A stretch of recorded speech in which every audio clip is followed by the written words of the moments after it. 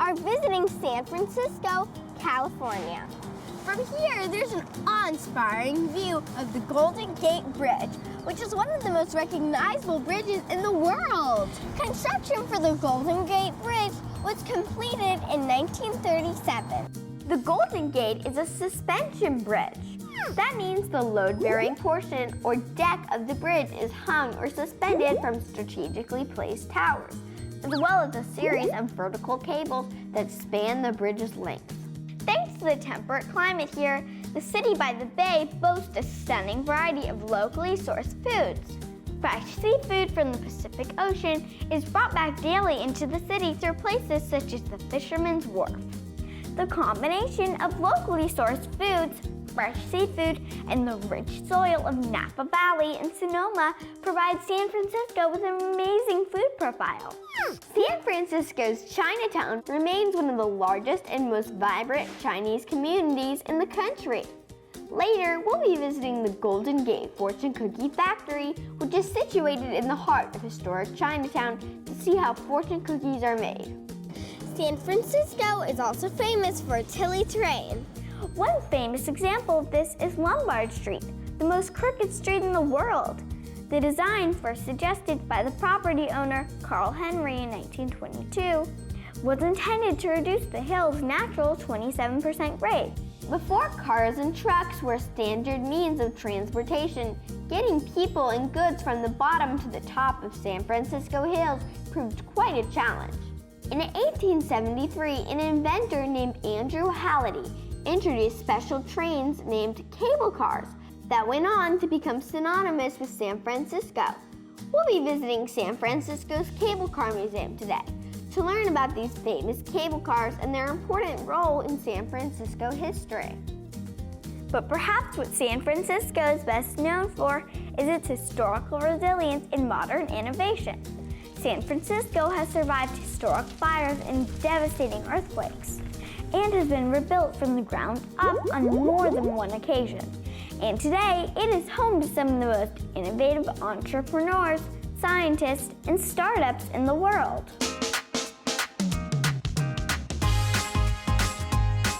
Now, we want to learn about the most famous San Francisco bread, sourdough.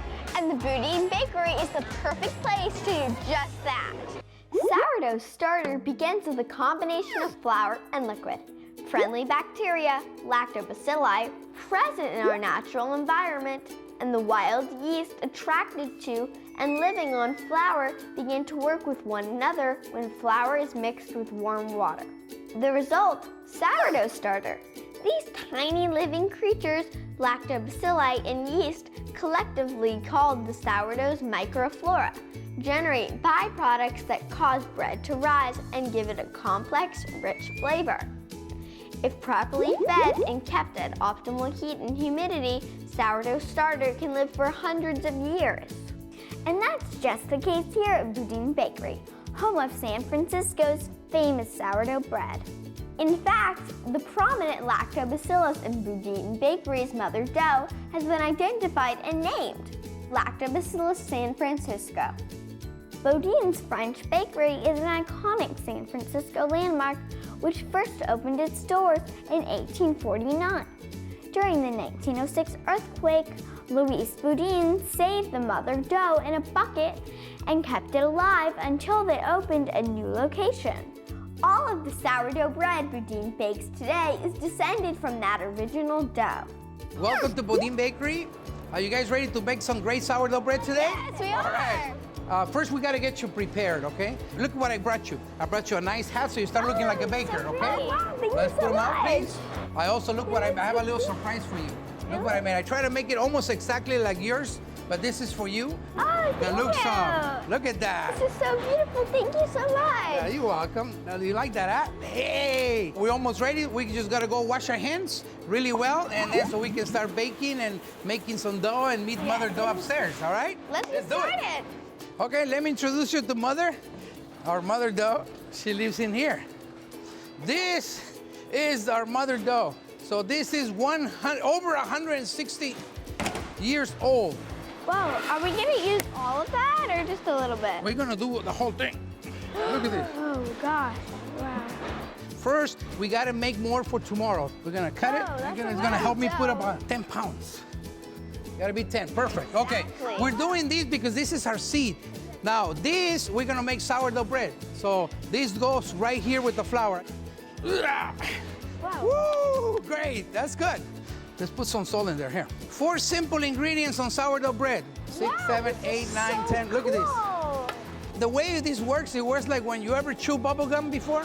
Yes. What happens, you put your bubble gum and you start chewing it. Can you make bubbles right away as soon as you put it in your mouth? No. You have to chew it for a little bit until it becomes elastic, and then you can blow air in it, no? Well, same thing with dough. You have to mix it. Once it becomes elastic, then the mother dough will start making little gases, air, CO2, and then it start producing air to expand. That's how it works. Oh, wow. Okay, we got some dough here. I just gotta put a little flour here so it doesn't stick on the table. Now we're gonna dump our dough. We got about 50 pounds here. Wow. Look at that. So we're gonna weigh it. You go this way, and then you go this way. And that's approximately about 10 ounces right there. See how easy it comes down? I'll help you guys do that more, and you guys are gonna help me round up. So these, we're gonna make dough balls like this. We get a piece of dough, and you fold it. And then you fold it, and then you run it with both hands like this. This dough is not ready to be baked yet until tomorrow, 24 hours after. Really? So we have to let the dough rise. It's gonna rise double its size. Can you show us how to make the animals? Yes. Are So these grab good? 2 dough balls, the large ones here. Just trying to make it nice and round. That's the head, okay? And then you get the body.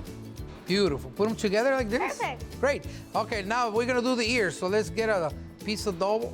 Put the ears right here. Oh, beautiful. All right, so now we gotta do the legs. Grab it like this and then press down, press.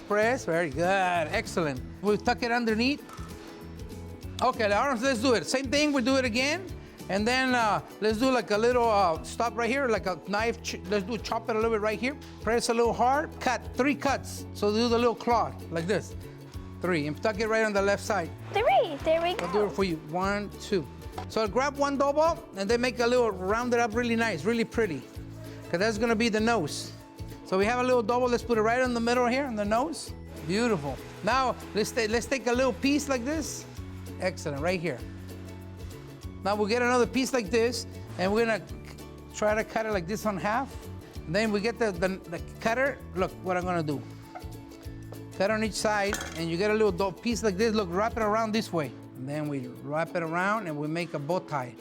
So this is a beautiful girl right here, and a beautiful boy right here. Wow, yours looks so pretty. What we gotta do is put it away. We're going to let it rise, and then just wave like this, goodbye, see you later. It took 24 hours for our bread to rise, remember? So now we're gonna do the final scores before it goes on the oven so we can bake it. Beautiful, oh my goodness, you got such a nice touch. There you go. See, you're getting so good at it. Put it in there, cut it in. And then let's get the scissors and do a big cut right on the edge of the nose, hard. Poke 2 holes in there, do the eyeballs. And 1 on the stomach for the belly button. And to get to 2 raisins, just push them down hard. How many of these do you make a day? We make about 200 a day. Whoa. Let's turn around, see this way, and present our work. So on 3, 1, 2, 3. So we're gonna bake them, okay? Now, the final step, remember we baked the bread balls, now we're gonna bake the teddy bears, all right? Yeah. Let's go. Okay, so after all the hard work, after 3 days of making mother dough, isn't this rewarding? Isn't this how beautiful? Can you so see what you pretty. made? This is amazing. Look at this.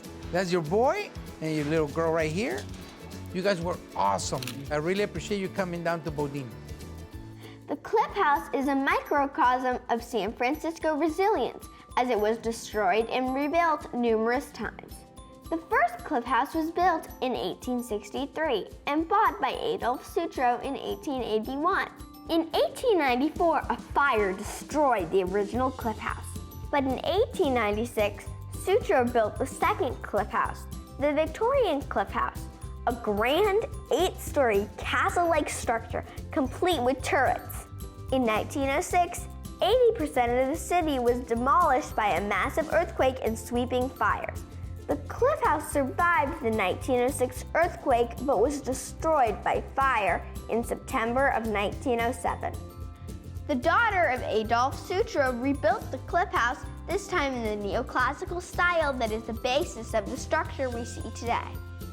Throughout the decades that followed, the Cliff House and what is now known as the Sutro District continued to evolve. But in 2003, the Cliff House was restored to its 1909 appearance.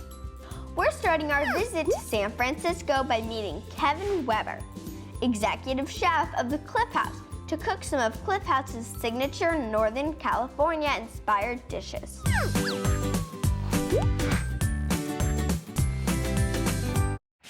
What are we going to make today? We're going to make a dish that's one of the most popular here at the Cliff House. It's called a popover. How many popovers are we making today? This will make a total of 36 popovers.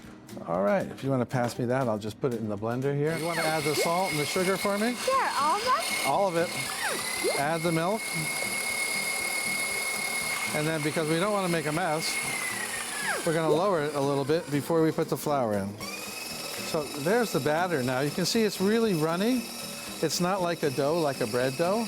A bread dough, the gluten is long chains that you want to stack on top of each other, and then you knead it to break it up to make it soft. And this is different. This is a real liquid one. I can't put my hands on that. So now that we have the air in it, that's it.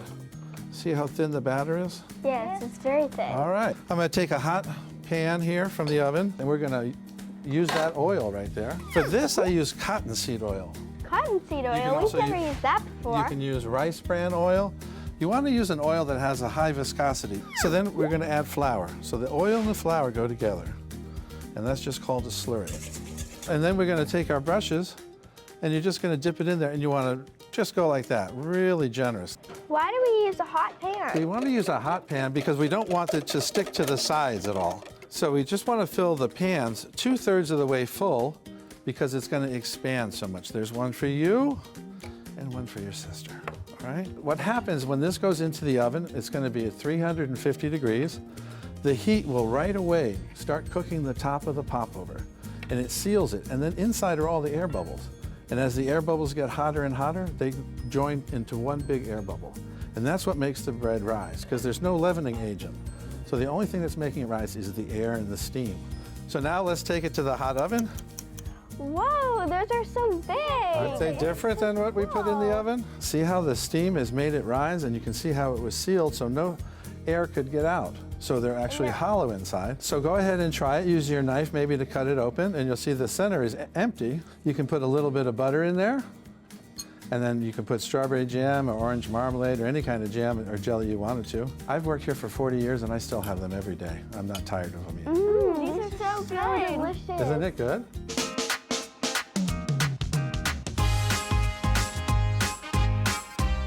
The San Francisco cable car system is the last manually operated cable car system in the world. Back in its heyday between 1873 and 1890, there were 23 cable car lines. Today, only 3 remain in operation. So when was the cable car first invented? Well, they were experimented with in the 19th century, but it was in San Francisco in 1873 that Andrew Hadley perfected it, actually constructed a working cable car. There were a lot of models before that, but nothing that actually worked. How does a cable car work? Well, the powerhouse drives the cable under the streets in a slot, and the cars have a grip, and the gripman pulls back on the grip, which is essentially a large vice grip, grabs the cable, and the cable pulls it up over hills. How fast does a cable car go, and how does the brake system work? Cable cars run about 9.5 miles an hour because that's how fast the cable is wound behind us, and that's how fast it travels through the street. So the car itself can't go faster or slower. How does the cable car become an icon of San Francisco? Well, part of it is due to the fact that this is the only city in which cable cars are still running and have been running since the early part of the 20th century. A lot of it occurred in the 30s and 40s as people started to use them for advertising, and into the 50s and 60s as well, especially when they were threatened with being wrecked, because tourists were very much a part of the Save the Cable Cars movement. So people really associated San Francisco with a ride on the cable cars, and that was pretty much a mid-20th century development. What's going on in this building that we're in? Well, this is a combination powerhouse and car barn. The cars are stored upstairs.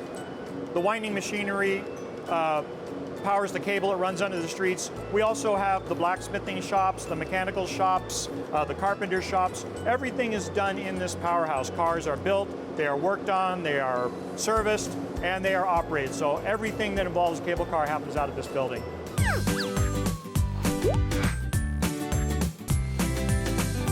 Well, this is one of the most popular dishes of the Sutro restaurant here at the Cliff House. What we're going to do first, we're going to take some of our local chard. So we just want to take the leaves off. And then what I'm going to do is I'm going to julienne it.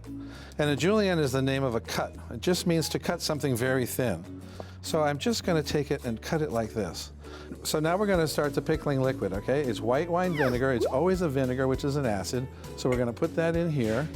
Then we're going to add all the rest of the ingredients. So you want to just throw them in there, the salt. What are these? They're orange peels. And what I'm trying to do is add a little extra flavor. All the sugar too? Yeah, the sugar will balance the salt. Let me show you something with the garlic, because we don't have time to cook it a real long time, so we want to bruise it a little bit. That's called bruising it. And now I'll get the flavor of that garlic. If you don't bruise it, what happens? Well, you just have to cook your liquid a little bit longer.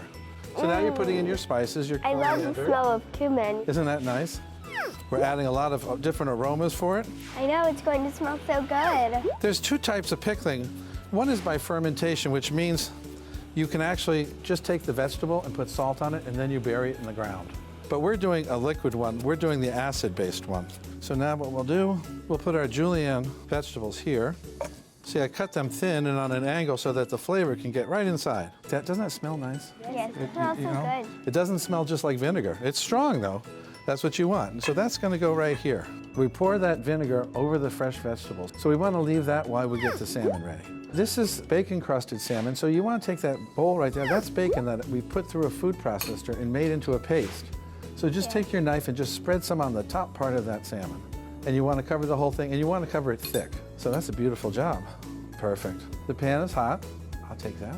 And we're just going to put it in the pan like that. You hear that nice sizzle? Is it good to leave the skin on the salmon? Well, I think it adds flavor because, especially by the skin and the bones, there's more flavor. So, as you can hear, that bacon is just sizzling right away. The salmon has been baked in the oven at 350 for about 8 minutes. And you can see how beautiful it is and how even it is. So now we're going to get ready to plate it. We're going to use our pickled vegetables. We want to add just a little bit of sweetness to it. Oh, So I'm just going to put just a tiny bit of apple. And again, we're going to julienne, like I said before, into thin pieces. And then for a little color and a little contrast, I want to put a little celery tops so pretty. and parsley. All right? And then we're just going to mix this together. So let's go ahead and build our plate. We want to take some mashed potatoes. What So is remember that? the chard leaves that you helped me? Well, this is what I did. I sauteed them up with a little bit of shallots. And they're just now beautiful and tender It's so pretty. and very tasty. Now we can go ahead and we're going to put our salmon right on top. And then we're going to put a little bit of our vegetables on top for contrast. And then the final thing is just a little mustard sauce, which we make. And it Oh, always yes, seems to it go. makes it look finished. Go ahead and just pick a piece off if you wanted to. It's really good. There's so many flavors just combined. It's like works. sweet and sour. Well, now you know why it's so popular. Yes. So it's one of the best ones here at the Cliff House.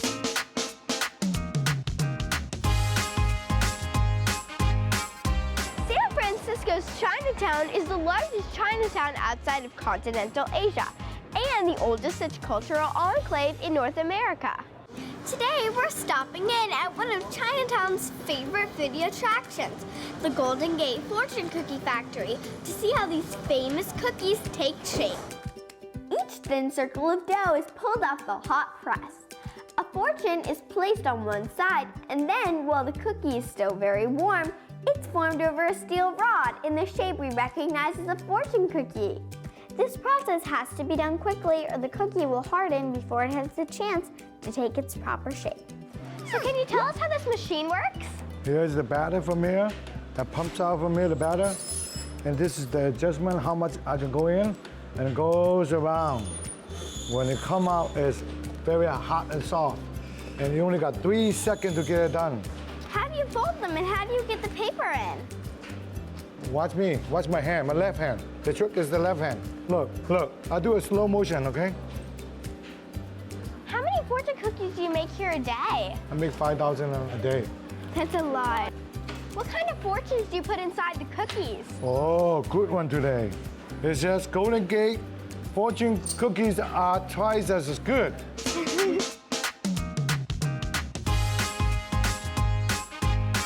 Fisherman's Wharf is another of San Francisco's distinctive dining and shopping districts. It's not just a single wharf or pier, but a whole neighborhood that covers the city's northern waterfront from Ghirardelli Square, home to the world-famous Ghirardelli Chocolate Company, to Pier 35, also known as Kearny Street.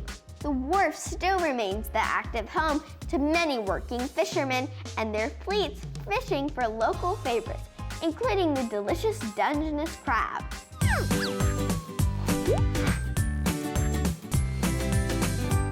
Is it time for dessert? Absolutely. We're going to make one of my favorites now. It's called strawberry amaretto. And we use amaretto for the flavoring. And amaretto is a liqueur that has some alcohol in it. And we want to burn that off. As soon as the flame is gone, all the alcohol has gone out of it. If I put water in there before I put the alcohol in there, it wouldn't burn out. What we'll do now is we'll start slicing the strawberries. And we just want to take the ends off, be very careful with the fingers, and cut it into thick slices like that. And while you're doing that, I'll go ahead and start blending the dressing. So this cream cheese is very, very tasty. It's a little bit drier than the commercial cream cheese because the commercial cream cheese uses additives, which this does not have. So for the topping, I'm going to put a little sugar in here. I'm going to put the burned off alcohol, the amaretto. That looks good. And then we're going to blend it up a little bit.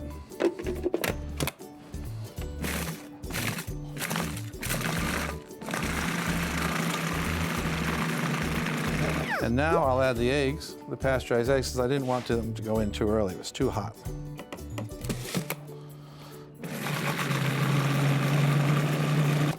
I think we have enough there. And what we'll do is we'll put them in this bowl, and then I'll take a little of that sugar. And what we do We're is... macerating them. We're macerating them. Excellent. Yeah, they're just going to put the sugar over it. And what we'd like to do, of course, is to let it go for probably 30 minutes. So when you start your dinner, put it on, and then by the time dinner's over, it'll be ready. So you want to put those glasses right here, and I'll have you put some strawberry in each glass. So good. Just maybe one or two more is good. And now what we'll do is I'll put the top on. We're just going to put a little of that sauce right on top. That looks so good. That looks pretty. Good. And then just to make it extra pretty, we put a contrasting color. Oh, that's so pretty. Is that mint? It's mint. So isn't that a pretty dessert? Yes, it is. The island of Alcatraz in San Francisco Bay is the remaining visible portion of what was once a mountain peak. Thousands of years ago, San Francisco Bay was a valley.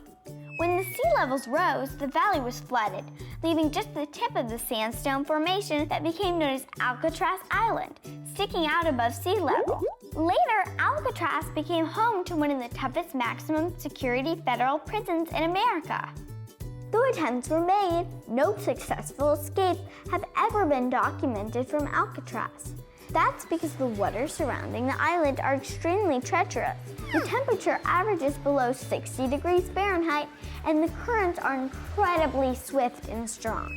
When the tide goes out, the current spills into the Pacific Ocean, rather than the San Francisco Bay, making it nearly impossible to swim except by a trained athlete wearing a wetsuit. The prison operated from 1934 to 1963.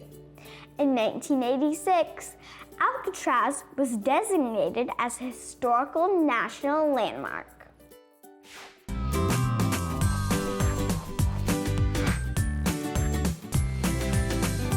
The sights, sounds, and the flavors of San Francisco and Northern California are vivid.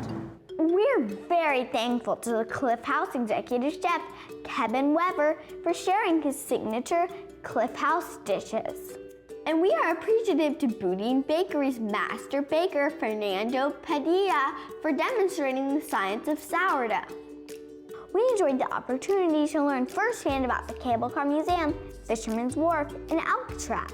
We've learned that San Francisco is a city that has resiliently reinvented itself after facing adversity, and that it is constantly innovating while retaining many of its unique traditions. And that's one lesson that really applies to cooking too. Honor the old while embracing the new, and don't be afraid to innovate and toss something unexpected in the mix. Because when you do, whatever you come up with won't be just good, it will be twice as good!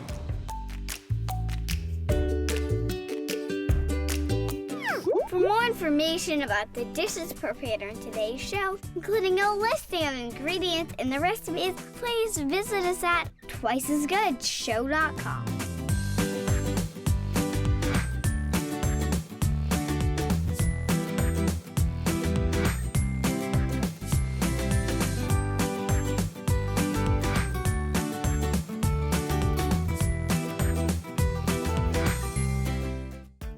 Twice as Good with Hadley and Delaney is brought to you by Mila. Imma Besser, forever better. Mila.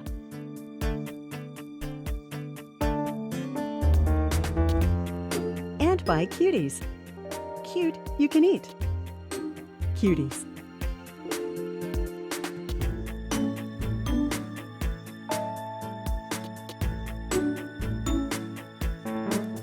And by Kitchen Works. Wherever we go, that's where the party's at. Kitchen Works.